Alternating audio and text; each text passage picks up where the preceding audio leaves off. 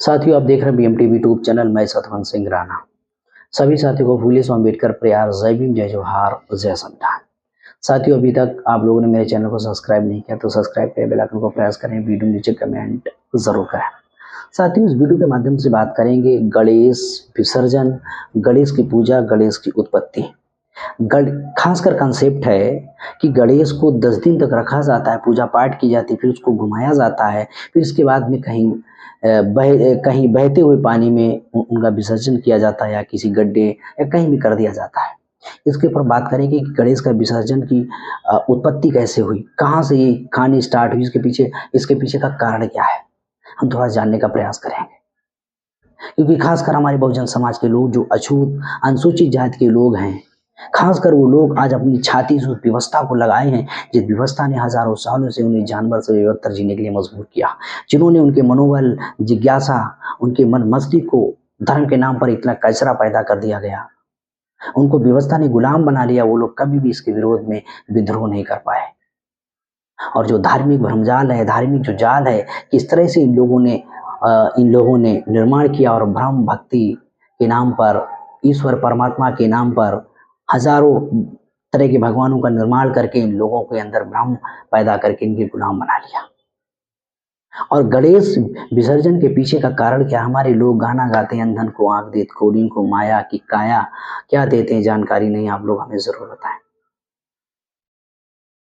गणेश की उत्पत्ति का जो कारण सिस्टम, कहानियां जो पुराण बताई गई हैं पुराणों में, ये कोई एविडेंसेस और इतिहास नहीं, ये पौराणिक कथाएं हैं। इनको सिद्ध नहीं किया जा सकता है। समाज में मान्यताएं हैं, निर्माण की मान्यताएं लोग मानते हैं, इनका कोई एविडेंस नहीं, इनको सिद्ध नहीं किया जा सकता। इतिहास को सिद्ध किया जा सकता है लेकिन पौराणिक कथाओं को सिद्ध नहीं किया जा सकता है। ये काल्पनिक है, कल्पना दिमाग में ही उसके आधार पर कहानियां गढ़ दी गई। तो साथियों, गणपति का विसर्जन कैसे होता है, एक पोस्ट सोशल मीडिया पे वायरल हो रही है। हमारे स्क्रीन पर देख सकते हैं पोस्ट, क्या मैं इसको पढ़ रहा हूँ, आप इसको सुने। गणपति उत्सव कैसे मनाया जाता है, कब इसका निर्माण किया गया?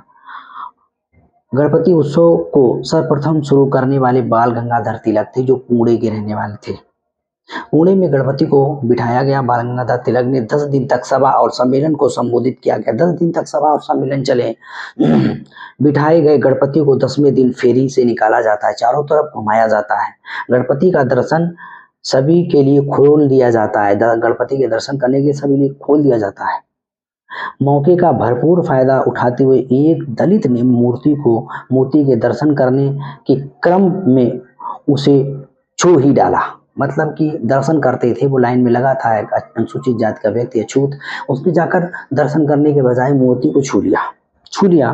गणपति अपवित्र हो गए कहते हुए सभी प्रकार के ब्राह्मणों ने होल हल्ला करने लगा। अरे, अब तो गणपति अपवित्र हो गए, धर्म संकट में पड़ गया।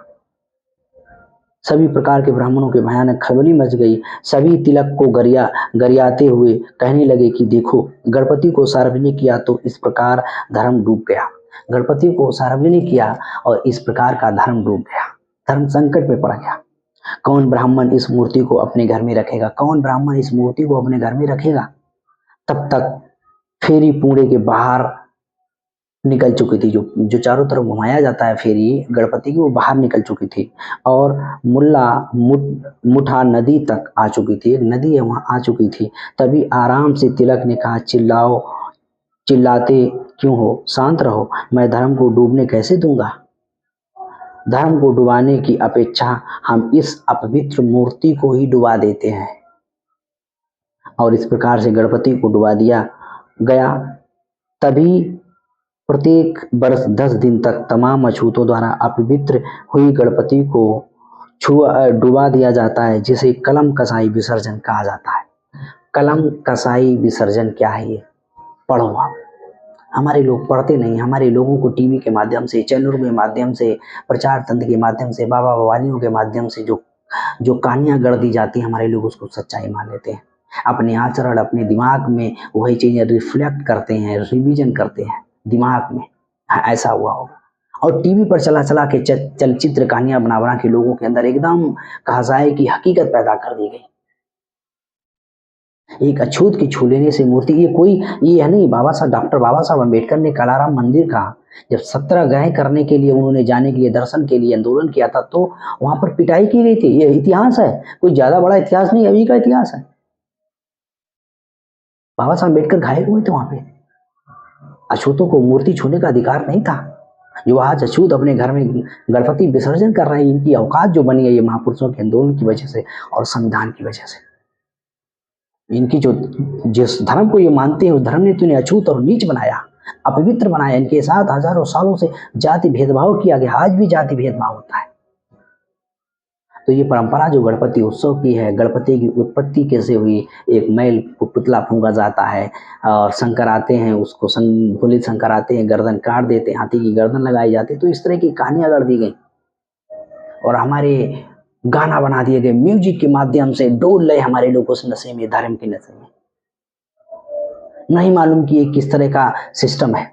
तो साथियों, सोचो और समझो, समाज को ये जगाने का काम करो। जो हर महीने हर साल अलग अलग तरह के त्योहार परंपराएं डेवलप की गई, इनके पीछे कहीं ना कहीं एक बहुत बड़ा कारण है।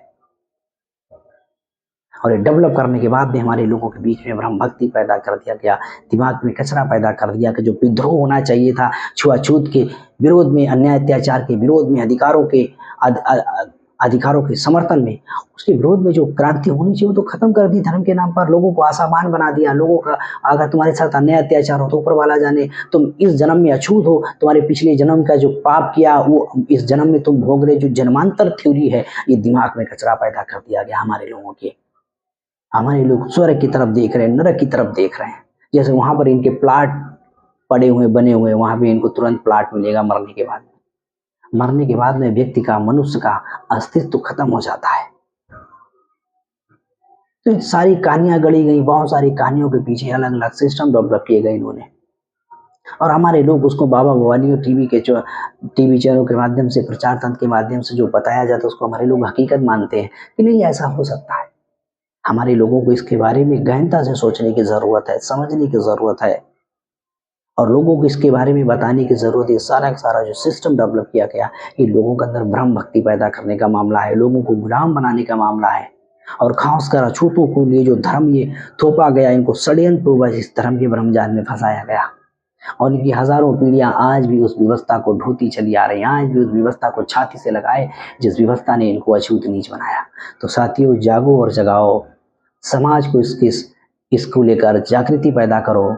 ये धर्म नहीं, तुम्हारे लिए एक षड्यंत्र है, ये ब्राह्मणवादी व्यवस्था है। जो ब्राह्मणवादी व्यवस्था ने निर्माण किया, उस ब्राह्मणवादी व्यवस्था में ब्राह्मण श्रेष्ठ है, ब्राह्मण ही देवता है। तो इस व्यवस्था को लेकर आप लोग समाज को जागृत करेंगे, ऐसी मेरी आशा। आपने मेरा वीडियो सुना होगा और आप लोगों से निवेदन है कि हमारे वीडियो के लिंक अपने व्हाट्सएप ग्रुप पर शेयर जरूर करें। तो साथियों, फिर मिलेंगे नए वीडियो के साथ में।